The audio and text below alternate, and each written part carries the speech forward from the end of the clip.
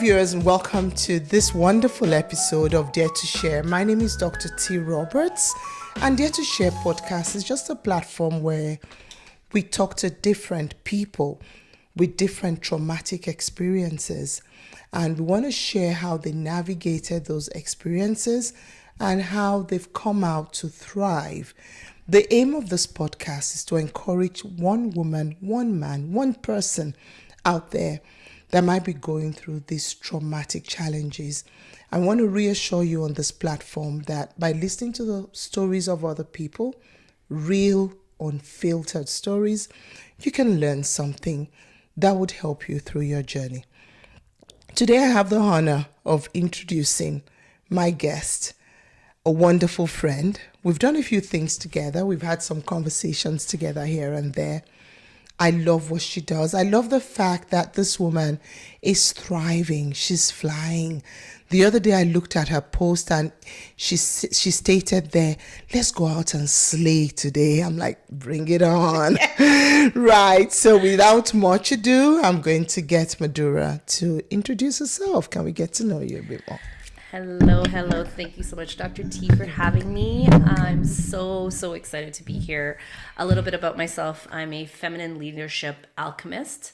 So I changed it from coach to alchemist because it's not just coach is there's so many coaches out there. Yep. So it's about the alchemy of creating this leadership in a way that is more of that feminine, surrendered, soft yet powerful side of it, and how to bring that back to women these days, because as women, as you know, being a doctor, it's still a very male dominated.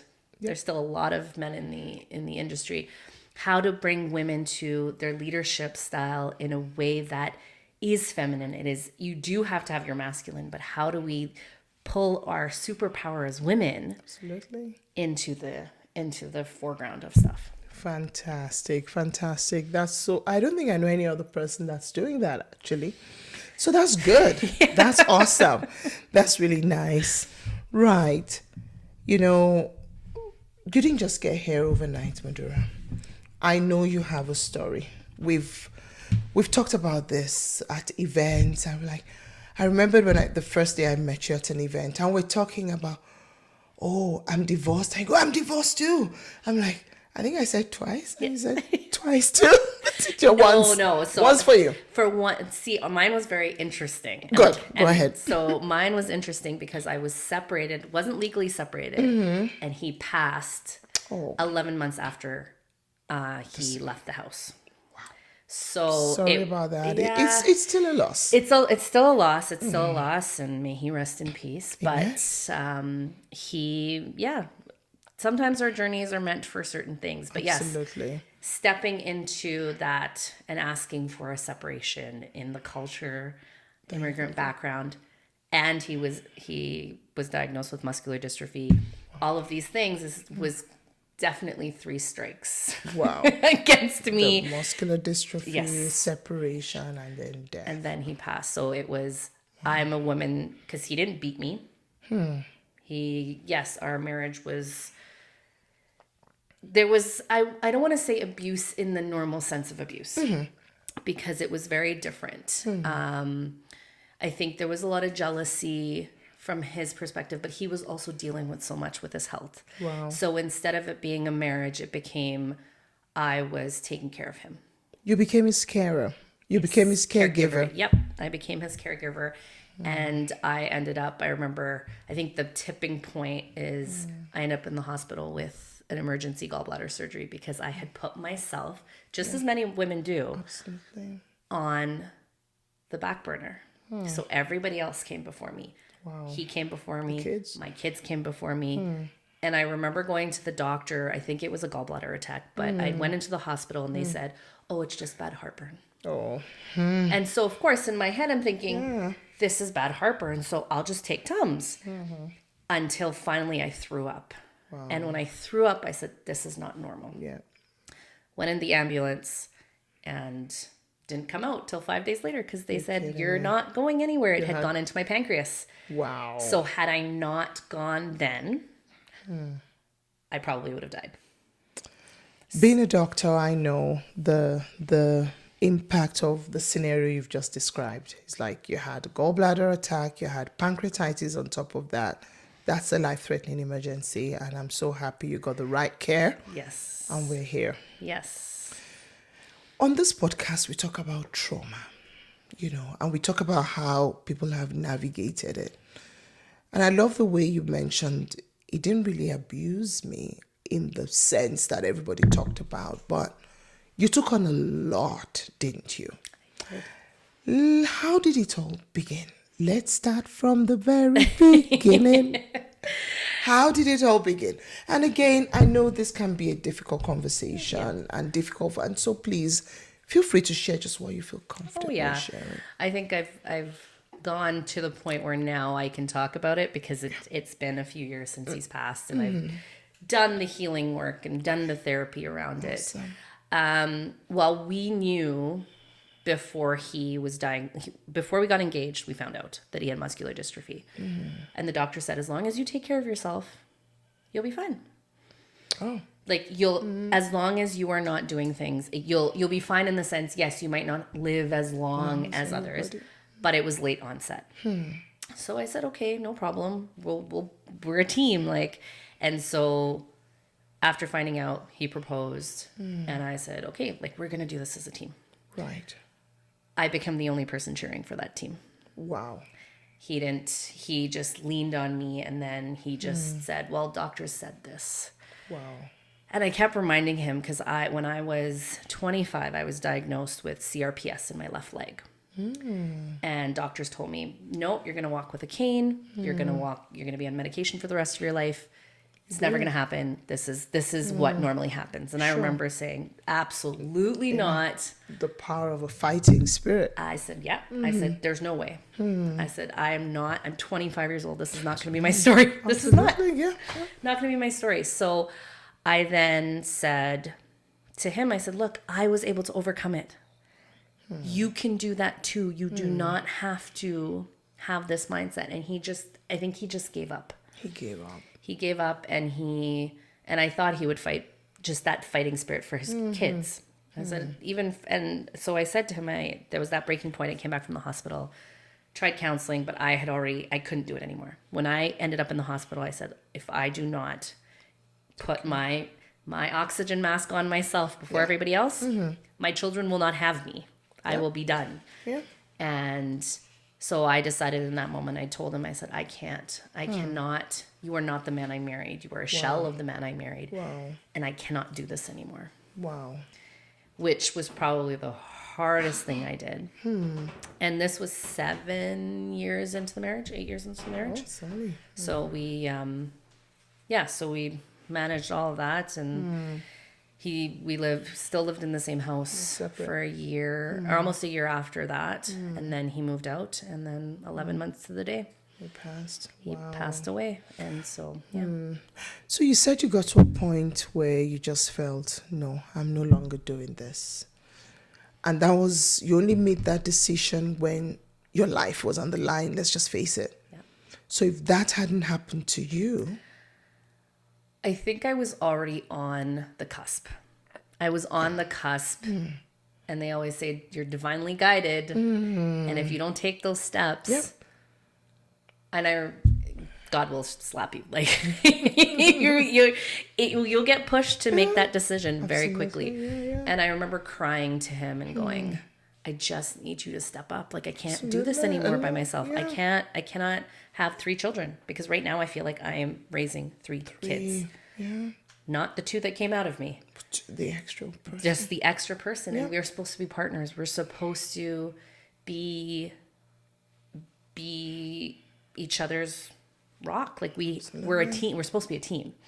Supposed to be a team. That's the key word. So it was in that moment that I said, you know what?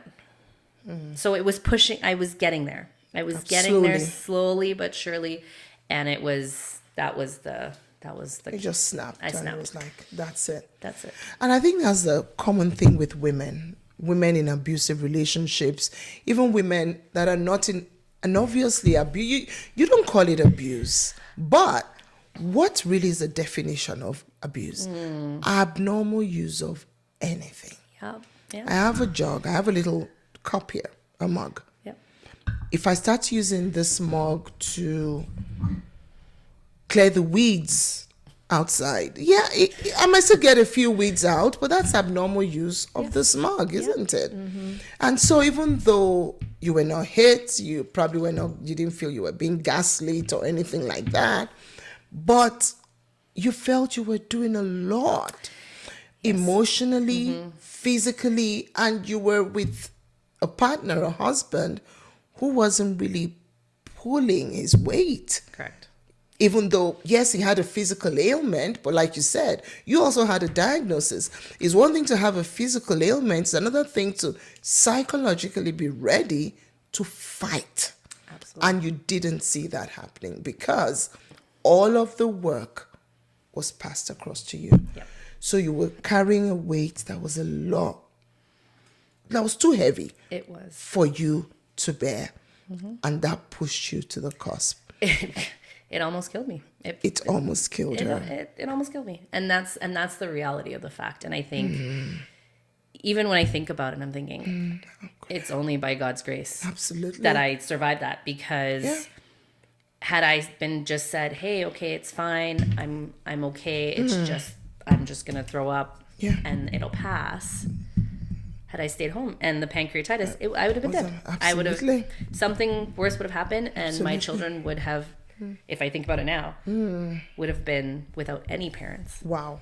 You're correct. Both of you would have not been. Yeah. You know, I think I want us to backtrack a little bit. Let's ask about the why. Because this is Madhura. Yeah. But there'll be a few other women that would say, you know what? These are the rules. I do this, you do this. I do this, you read to the kids. I do. But you didn't do that. Can you tell us a bit about your childhood and growing up and the family you were in? Because sometimes that influences our decision making and makes us do several things even subconsciously. Just give us a sneak peek into your childhood. What was that like? I was the good little Indian girl. The one that didn't rock the boat, be seen, not heard. I think I would get into trouble for talking in class because, and lo and behold, this is what I do for a living. Like, look at that. It all lines up. So it was that. And then there was a moment where I was sexually assaulted when I was 4. 4 years old? 4 years old by a babysitter's cousin. And I kept it quiet. I kept it quiet for years. I think I opened up when I was 12 because there was something in the news about hockey, the hockey world, and someone talking about sexual abuse there. And so I kept quiet. And the crazy part about that is I grew up in a beautiful home, loving parents. Sure. But this part, it was a one-off scenario.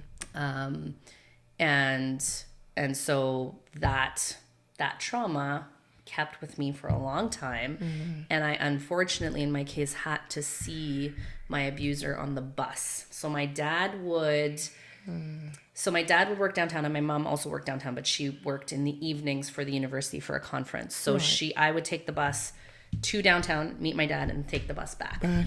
On the way downtown, this gentleman would be on the bus. Oh, wow. And I didn't, like, my body had a visceral reaction to this. Course. And I couldn't figure out what it was because I had buried all that trauma so deep inside. And especially when it happens so young. And I know you don't even know what's going on. You don't know what's going on. You don't even understand your body. You don't know. You don't know. You had no idea. So in that moment, like and so finally when I told everybody, when I told my parents, it kind of was this release. But through the years, it's just something that I've had to do the therapy with it. I've had to deal with it and forgive and do all of that work. But I think growing up, especially with immigrant parents and coming here as a baby when I was very young, it's the culmination of Western culture versus Eastern culture and how to mix, how to make your parents proud, but also kind of fit in. Exactly. So it's this scenario of being the good wife. So would you call yourself a people pleaser? Recovering.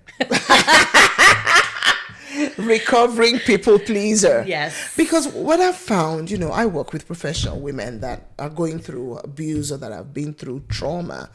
And I find the majority of us, myself included, are just people that love to do good and to be nice and to please everybody. And then we don't know what boundaries are. And even when we have boundaries, they're so fluffy. They're so, you can kind of, one day you're like, I don't want this, and the next day it's like, it's okay. So those boundaries are not firm.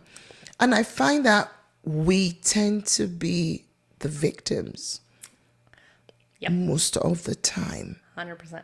So this is young Madhura that would not talk in class, really nice, wanted to make mom and dad proud. But then she had this trauma and she lived with it and she hid it. And that's the story of so many other women out there that are so nice and so people-pleasing that they forget about themselves. And I believe that in that relationship, we may not want to call it abuse, but it was abnormal use of an individual. Absolutely. It was, I think it's the codependency piece that and because of my helping nature and because of my good heart, I felt, I don't want to say fall prey to it, but I had this soft spot. And I always believe that everything happens for a reason, no matter how much trauma we go through. I'm the woman I am today because I went through all of that. Absolutely. And so it's that piece where we have such a good heart and we want to give and we want to be there. And you're like, I can be a supportive spouse to this person because I've gone through something so big as doctors telling me at 25 I can't walk. And I said, but I conquered that. And I conquered that. So I'm thinking, okay, if anybody can help him, I can, and we can do this. Sure. But it takes two to tango. It definitely takes two to tango, and we both have to be bringing something to the table. I give an example about, even if he can't drive the kids to school because of his muscular dystrophy, for example, it could help them with their homework. But then we find in a lot of relationships, as I was mentioning, I know women that work full time, do all the running around, the house chores, they cook, they do everything while their partners sit and fold their legs and just cross their legs and watch a hockey game and do all of that. Let's call a spade a spade. It's abuse. It is abuse. Let's call it what it is. And a lot of women actually go all out trying their hardest to please this man. But it got to a stage where you felt, enough. I can't continue to do this. But we don't want women out there to get to that point. No, gosh, no. Your life doesn't have to be on the line before you get a wake-up call that this is not right. Correct. So he may not be hitting you, he may not be gaslighting you, he may be providing in his own little way, quote and unquote, but a guy that's not ready to work as a team with you is not using you the way you should be. No, and I think a lot of relationships and men who are in that scenario of I bring this thought process of I bring a paycheck. Paycheck in. Therefore, I get to just that's my role. That's how I provide for my family. And it's like, well, no, that's not how it works. Because I had both boys, and then I was also building my business. I'd gone back to school to get my certification as a coach. And I'm thinking, but I'm supposed to cook, clean, do laundry, take care of the children. Go to school, do all of these things. And you're not helping at all. Wow. In any, you didn't put them to sleep. And so what had happened also is that he moved out of the bedroom the day my eldest was born, because he said, oh, I need my sleep because I'm going to work. So then I ended up co-sleeping with my children for almost 9 years. Wow. Because I was like, well, he removed himself out of that. You removed yourself out of the bedroom. Yeah. So I think that was the beginning of the end. Absolutely. But I stayed. And I wanted my eldest to have a sibling because I'm an only child. So all of these things, and I'm like, well, I'm married. let's just plan. And I planned to the T of when that was going to happen. And yeah, it just... So, yeah, you don't need to stay in it to that point. Good. You don't. I was going to just ask, follow up on Yep. that mini sentence. Yep. I stayed. I stayed. And a lot of women stay. They stay even when it's killing them. They stay. They stay because of the kids. They stay because of the security. They stay because of, we're both cultural people, and we have our culture where we come from, and we're very communal and community-based people, and we stay because we really care about what people will say. Tell me a few of the reasons why you stayed. I know you touched on it. So, even though you knew, you're a smart girl. Yeah. You knew this was just not.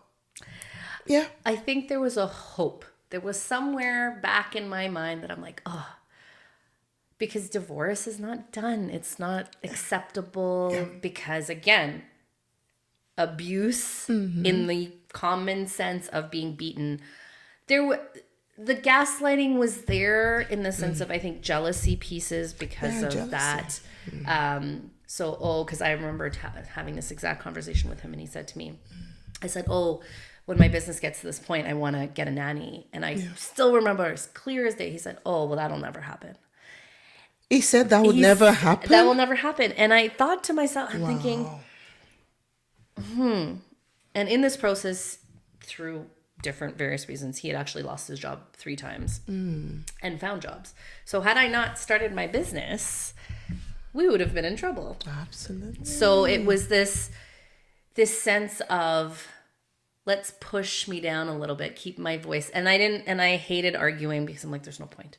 So I stayed because I thought, okay, what will my parents think? What will my parents think? What will society think? What will society think? Sorry, I'm repeating No, it. it's all good. You need to drive it home. Am I doing the right thing for my kids? Am I doing the right thing for my kids? And is this, or am I overthinking this? Can it get better? Can I just survive this? Starting to question yourself. Question myself, figuring out, is there anything better out there? Or is this it? Is this it? And so that's why I stayed, because you get into this routine. Absolutely. And 1 year turns into the second year turns into the third. And then, because he actually passed away the year that would have been our 10th wedding anniversary. Wow. And yeah, it's just, you stay as long as you, because you're like, okay, well, the kids, because that's what's drilled into your brain. Absolutely. That children thrive in a 2-parent home. Yes, they do. Don't get me wrong. They do. But not in a toxic one. Now you're talking. Not in a toxic one. So they can thrive. They can thrive. But we don't need the toxicity. Not in a toxic one. In one that the mother is loved and the mother isn't dying inside and health. Also, children-wise, the kids need to see both parents being healthy and happy. Mentally, physically, emotionally, spiritually, psychologically, all of it. And kids feed off all these things. Yeah. I tell my patients at work that, you can't fake it for these children. They know it. They feel the tension. They know there is no joy. They know. And research has actually shown that if we leave these children observing all of this, it actually negatively impacts them later in life. They're more likely to drop out of school. They're more likely to do drugs. The girls are more likely to get pregnant as teenagers. So sometimes we feel we're doing the children good by leaving them and staying in toxicity, but we're not. And it's not leaving. I just want to kind of put some bulk around that. Stepping out or leaving doesn't always mean pack your bags and go. Sometimes it's let's get help. Let's find help. Let's nip this. Let's help these children. Did you try? So we did counseling, and I think I was at the end of my rope by that point when we did counseling, because he was very hesitant to any sort of coaching or any sort of, hey, because I told him when he got diagnosed, I said, you need to speak to a therapist. He refused. Wow. Because I knew when I got diagnosed with CRPS that I needed therapy. Like I knew I can't, that's a huge diagnosis that doctors are saying, well, you probably won't get out of this. And at 25, I was like, there's no way. I've got a life. The mental weight of that. And he then, when I said to him, you need to get therapy, he refused. He refused Completely. He's like, oh, I can handle this. And I said, okay, well, how much? I can't fight. I can only bring a horse to the water. I cannot force the horse to drink. So it was just, I said, okay, well, let's figure it out. I tried different modalities, energy. Like I think I went from A to Z in every possible. To help him, but you were the one doing all the work. Yeah, I was one doing all the work. And that must have worn you out. I was, my body, I remember going off birth control to get pregnant for our first. Yeah. And I ended up with adrenal fatigue. My body completely shut down. I blew up. Wow. I couldn't walk the mall without needing a 3-hour nap. First, I thought I was pregnant because I was like, okay, this is crazy. Hormonally. No, it wasn't. You were so the doctors are like, there's nothing wrong. So I went to a naturopath and I said, what's going on? They tested my cortisol levels. They're like, you're in level 2 or 3. Like it was high levels of adrenal fatigue. And so my body was already signaling to me, hey, all of the stress is not good for you. It's not good, and it's never good for you as a woman. Seriously, you had adrenal fatigue. You had a lot of stress, hormones circulating in your system. Some women actually develop other health problems, diabetes. You had gallstones. Yep. I don't know how good or what your diet was like, and this is not being judgmental, but sometimes when we're really stressed, we don't eat right. No, absolutely not. We comfort eat. Yeah. And by doing that, sometimes we're actually causing ourselves more harm. Absolutely. Because you talked about, you are the one at the center of all of this. You didn't for one moment think about yourself. And it's not actively, but you thought about every other person. Because now I had 2 young children that I was nursing. How are they going to function? Had to make sure there was food. So I cooked, made sure there's food. So I was worried about his health, making sure that we had veggies and we had everything that was healthy enough for both of us to eat, plus the kids. It was a lot. It was just everything kind of, and it just became reality. Just became the norm, and it became reality. And you just kind of, it's as if you're in a daze. Wow. It's like pregnancy fog after the fact that just stays. It just stays and doesn't lift. It doesn't lift. Can I ask you a question? Yeah. While you navigated all of this, how did you feel? Or let me be more direct. Were you happy? No, absolutely not. Absolutely not. You didn't even think of that. You were not happy. I was not happy. I think I was putting it all into my children. I don't remember, if I'm being completely honest, I do not remember their childhood as babies. I don't remember. Wow. I don't remember a single thing. Not one. I have to look at videos and try to recollect. Wow. And actually, there was a movie that I saw, and this is when he was alive, and we were still married. And he said, "Oh, you already watched this movie?" And I said, "No, I didn't." To this day, I still don't remember watching it the first time. But you probably did. And I probably did. Wow. So I don't remember. So you were just going through the motions. Just going through the motions. And I put on a brave face, and I kept quiet and smiled and acted like the world was great. Because I had to. Wow. Wow.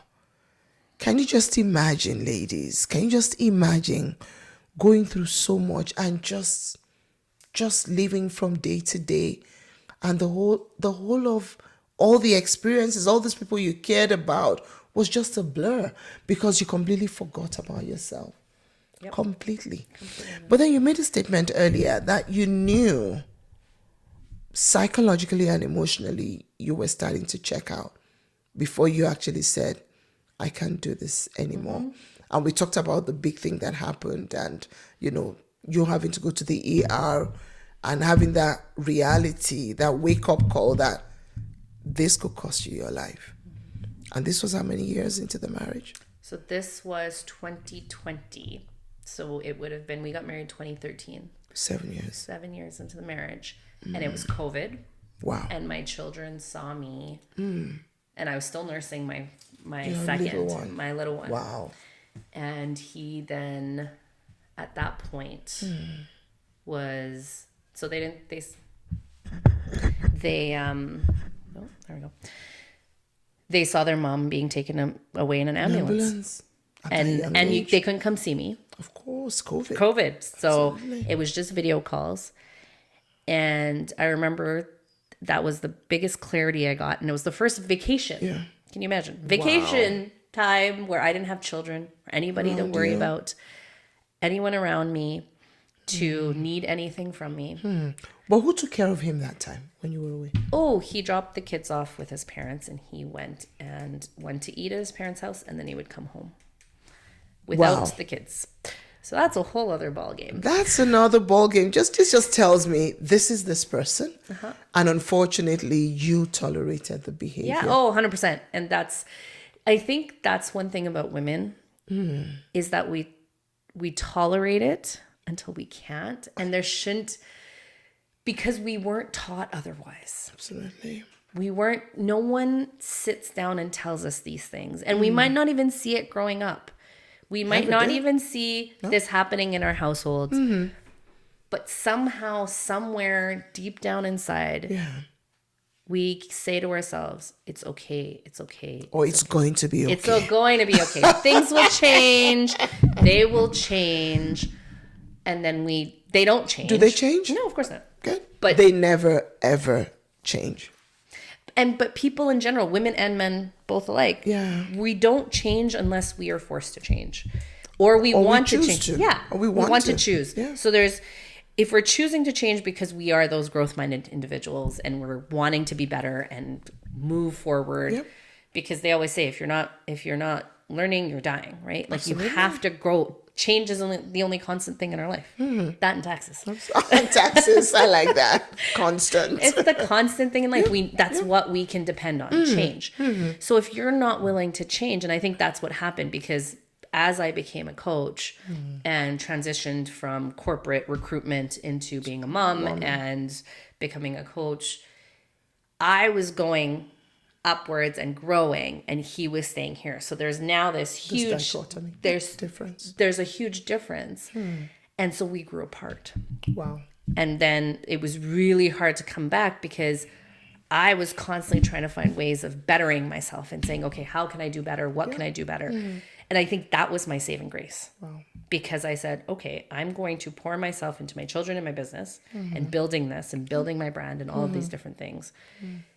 So that I don't have to deal with the reality of what's going on at home. Wow. It was a coping mechanism. It was 100% coping mechanism. One that I'm grateful for, don't get me wrong. And it's good. It's good. I mean, I remembered when I was going through my separation as well and bringing up my kid, I went back to school.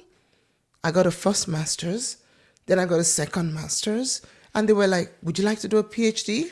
I'm like, but I'm already a doctor. Am I going to be a doctor? But you need to also pour yourself. It was a coping mechanism, much better than other coping mechanisms. 100%. Yeah.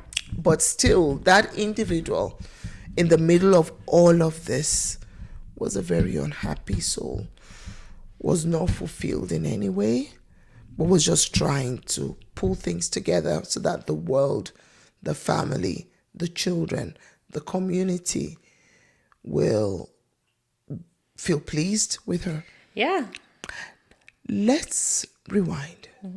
If you have the opportunity, with everything you know now, with your knowledge, with the fact that you've come to face the reality of things, what would you have done differently? Like first, second year of the marriage. I think I would have set boundaries. I think I would have asked for what I required. I remember asking, because getting a cleaner was, I said, we need to clean. So if you're not going to help, we need to get a cleaner. Okay. But I think I needed to ask because, again, men are not mind readers. So I can't expect, you should know what to do. No? They don't know. So asking for what I required and saying, okay, look, shit or get off the pot. Absolutely. Like you need to really own and get help. Otherwise, I can't do this. Wow. And I think because I got pregnant a year into the marriage, there was already that. But I look back and that's the only thing. I think standing up for myself and maybe pouring into myself more.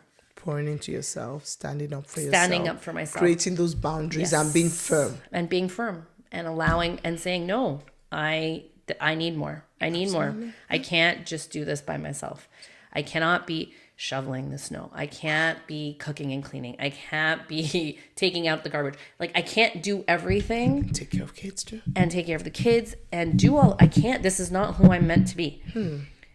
I got married to have a partner, not to have a third child.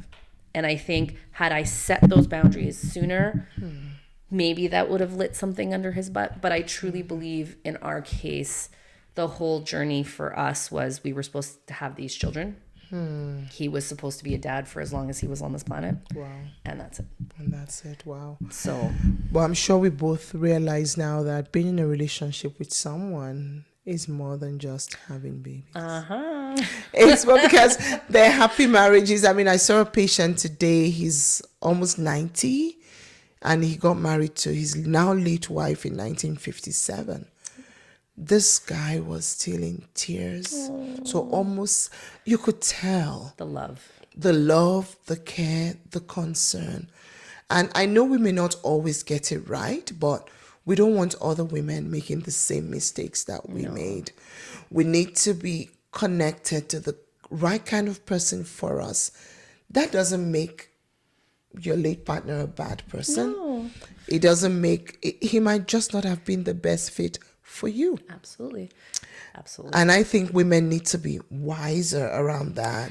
Yes. And just be able to stand up and say, no, this isn't good enough. These are my boundaries.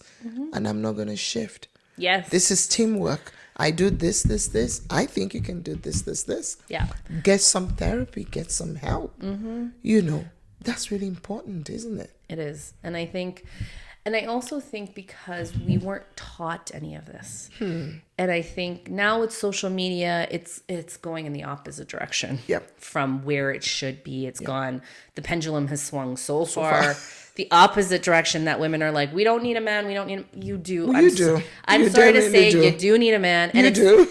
Because again, you don't want to be a single mom. You don't. No, it's a tough road. You want to have a partner who you can grow with. That's what you want. So, and what, you're going to cuddle a pillow for the rest of your life? Like, come on. In winter? Give me a break. That's not what you want. And some people say, oh, get a toy. But it's not the same, is it? Gosh. It's not going to mow the lawn or shovel the snow. It's not going to fix the toilet. It's not going to fix the toilet, take the trash out, you know. But there's in a household, there's a head of a household, and that is not supposed to be a woman. It's not. No.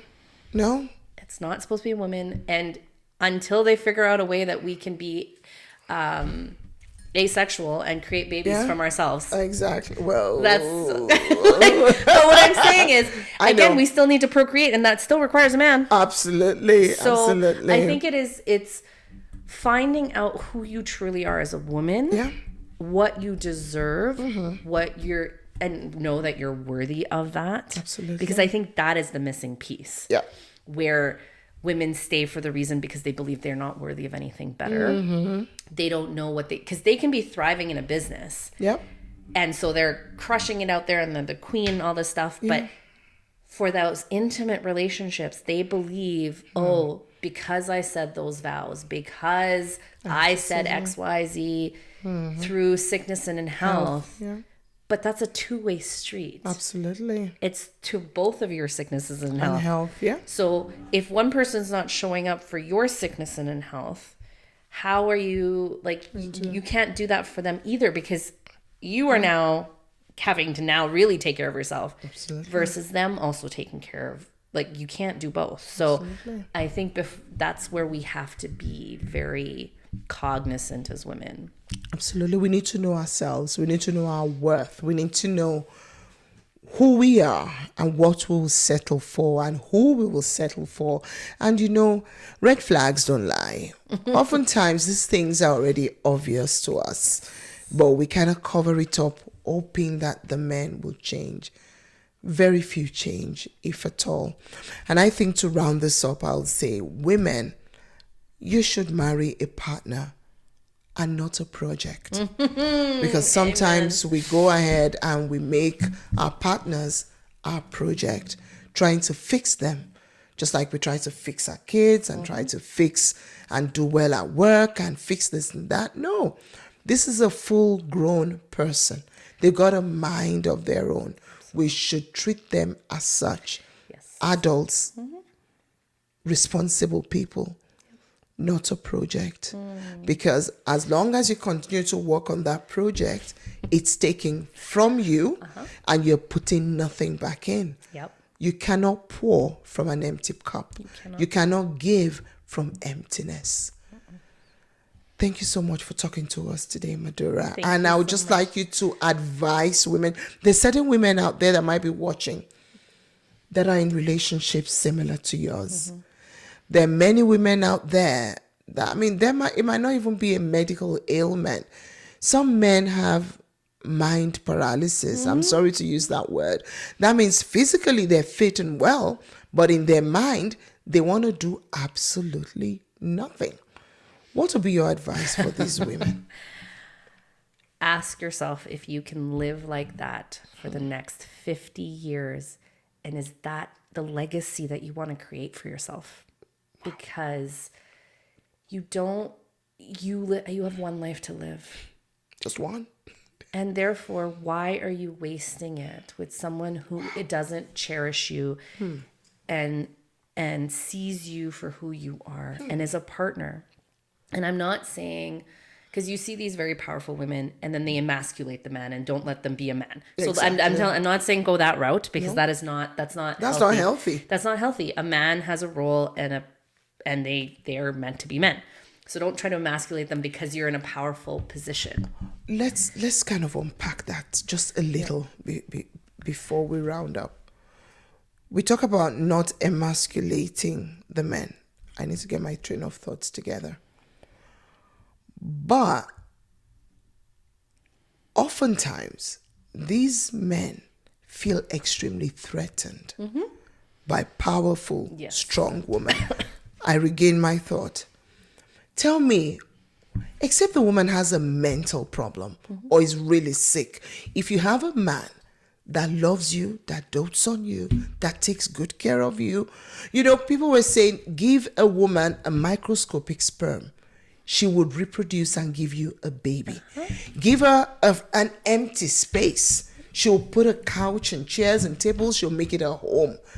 If you give a woman love and kindness, all she's just going to do is give you more of that. Because a man that feels threatened by you is probably not the right man for you. No. Obviously. And I am a huge romantic. I love the happy ending. I'm about marriage, all of these things. But if you have a man who is draining the life out of you, either get counseling or walk away. Or get out. Get out. Get counseling or get out. That's it. For you. Stay. For yourself. For yourself. Even if you have children, because what's going to happen is those children... The best way to raise children as a mother is having a happy mom. Exactly. And if they don't see a happy mom, you are not doing right by them. So if you are a woman who's in a relationship with a man who just sits back, puts his feet up, and expects you to do everything, ask yourself: is this the life you want for your children, your daughters? If you have daughters, is this the life you want for them? And if it's not, if that answer is no, walk away. Yeah. And I promise, yes, it's hard at the beginning. Yes. But you will make it through, and you have support. Absolutely. And there's resources. Several. So that is what I would say, because it's not worth it. It's not worth having to land yourself in the hospital. No. And be near death. Like, why would you want to do that to yourself? Absolutely. So just lean into, pray about it. Whether you believe in God, whatever it is, just pray. Just sit with yourself and ask that question, because because if you're a mom of Even if you're not a mother, ask yourself, is this the legacy you want to leave behind? Is this the life you want to lead with someone who isn't the right person? And that's okay. Yes, divorce is hard. Leaving a relationship is hard, but you'll survive. You will. And you'll thrive. And you'll thrive. And you'll find your way. The journey, you won't know why things are happening. Yeah. But when you get to that next level, you're like, oh, I understand. I get it now. Yeah. Sometimes you actually look back and you say, I'm glad it happened. Exactly. Just like you were talking about your coaching and all. That wouldn't have happened, or you wouldn't have been this authentic if you hadn't gone through what you went through. So there are lessons to be learned. Absolutely. But you don't want to sit in it and die in it. No. That's what we're saying. And because of that, now I've gone back to school again to do my master's in counseling psychology. Nice. Because I know that women of color need more faces that look like us. Absolutely. Because we need a safe space. So reach out to people in the community, ask for help, talk to people, because there are more women that are going through this than you know. Absolutely. And so don't wake up at death's door before you choose yourself. Absolutely. Choose yourself. And just before we round up, Madhura, tell us a bit about your academy and how people can connect with you and absolutely learn one or two things from what you do. You can reach out to me on Instagram at The Real Madhura. You can find me on LinkedIn. You can find me on Facebook. I think I'm even on TikTok, but I don't post as often on TikTok, but I am there. Right now I'm working on a 5-week program for women, the alpha submissive queen. So you're nice. Alpha out. I actually saw that. Yes, the alpha out in the world. And then leaning into your softness and being a woman when you come home, because that is where you create from. And so it's going to be an awesome 5 weeks. And then, so I'm leaning more into group programs, because I think that is how I can help more women. Absolutely. Versus the one-on-one. But come reach out and talk. I'm always open. Send me a message. Awesome. Wow. That was so beautiful. Thank you so much for your time. Thank you for being vulnerable. And thank you for sharing your story in such a powerful way. I know that women out there will be encouraged, and they will know that they don't have to be at death's door before they choose themselves. So choose you. Thank you so much for coming, Madhura, to the Dare to Share podcast.